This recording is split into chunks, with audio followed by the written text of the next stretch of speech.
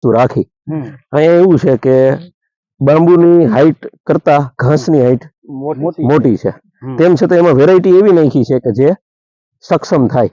પણ અહીંયા ઓલો નાનો રોપો નાખો ને તો એ ફેલ થાય.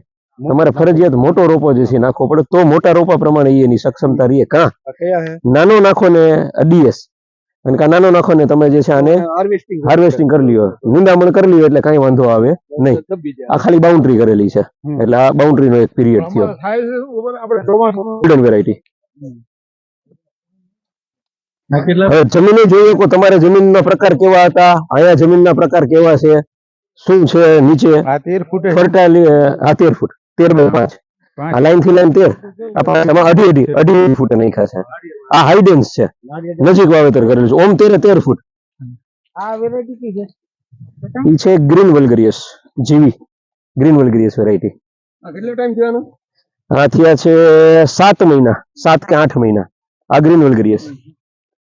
આ 18 મહિનાના રોપા નાખીએ તો જે કદ કાઢીને દઈ શકે એની પાસે જે તાકાત હોય એ તાકાત દેખાડે. ઓલું મોડી તાકાત દેખાડે, વર્ષ દિવસ મોડી, 1.25 વર્ષ મોડી. આ એક્સપેરિમેન્ટ કરતા જે છે 8 મહિના 7 મહિના થયા વાવ્યું એને, 6 થી 7 મહિના. 18 મહિના. આમાં 18 મહિનાનો કેટલામ પડે? 150 રૂપિયા. આપણે જેટલા ઊંચા છીએ ને આ કેટલી હાઈટ પકડે? હા 65 ફૂટ. હવે આને જે છે હજી વાર લાગે. આ એવી વેરાયટી છે જે ધીમે ધીમે આગળ વધે, અને ગમે એવું તમે કરીએ. આ 18 મહિનાનું જ છે, બ્રાન્ડીસી. જે અત્યારે આવડા તમને ન દેખાડ્યા, આઈ જ.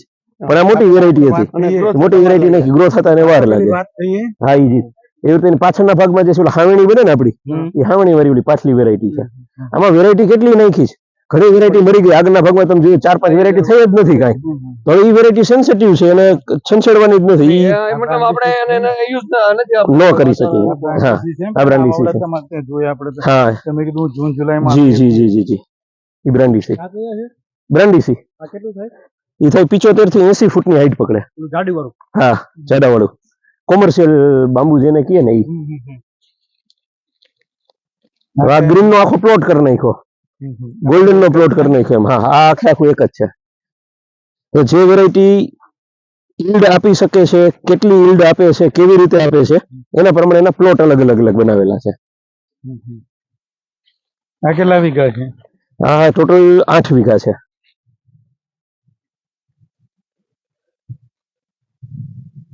ક્રોપિંગ વાવતા હોય ને એ સાઈઝમાં હતા, પણ હાઈડેન્સમાં.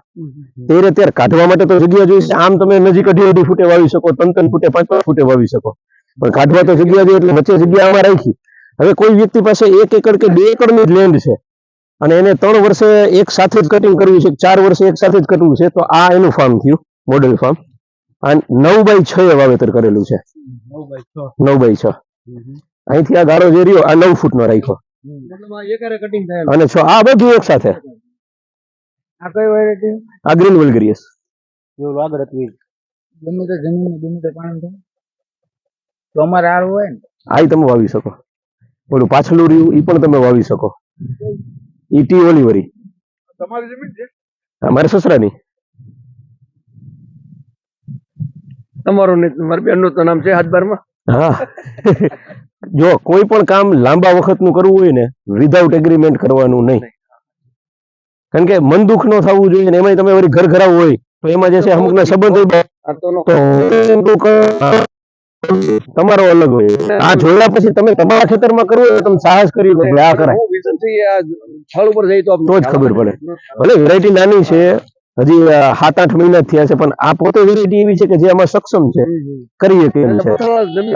હા હલાવી તો આ બધું છે, આ પથરા કાઢીને જે છે એ બધું નાખી દઈએ છે. એની પરથી તમને ખબર નથી કે વિકાસ શું કરીએ. હા જમીનમાં કાંઈ નથી. આવડો કપા અમારા કપા થાય આવડો વાંસ છે ને આટલો આપણે દેખાયું ને એવો.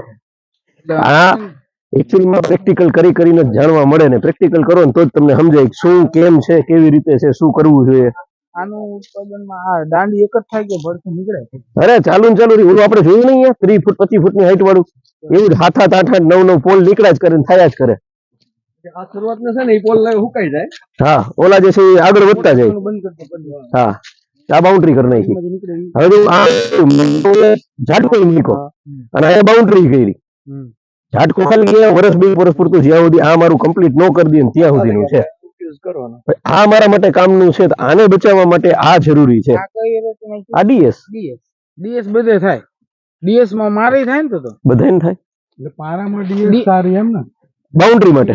બાઉન્ડ્રી માટે. આ ફાસ્ટ ગ્રોથ વાળી છે. તમે જમીનનું ધોવાણ ને એ બધું જોઈ તમે આ વેરાયટી હારી આ ઉગાડી શકો પણ એને વાર લાગે એ પેલા આ થઈ જતી હોય તો મૂળિયા નીચેના જે છે એ સક્ષમ થઈ જાય. આ તો રાઇઝોમ વાળી છે એટલે એનો અસર દેખાડે છે. અમે બધી આય નાખી તો આય થાય ને અમારે થાય જ ને. આમાં સાઈડ બ્રાન્ચ આવે અને કટિંગ કરવામાં તમારે જ્યારે ધોકા કાપીને દેવા હોય તો સાઈડ બ્રાન્ચ 30 વર્ષ સુધી હોરવાના. આમાં પૈસા આ 50 રૂપિયાનો રોપો થાય, આ 350 રૂપિયાનો રોપો થાય, પણ આ 350 નો રોપો એકવાર વાવી દીધો એના પછી એમાં હોરવાની લપ નથી. આને દર વર્ષે હોરવું પડે. 10 રૂપિયા દીધા દર વર્ષના 10 રૂપિયા તમે એક્સ્ટ્રા દીધા એમ ગણી લો. આ કઈ છે ટી ઓલિવરી 7મો મહિનો છે.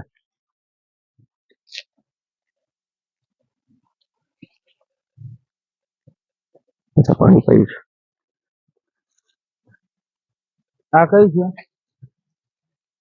કઈ છે કયો છે? હા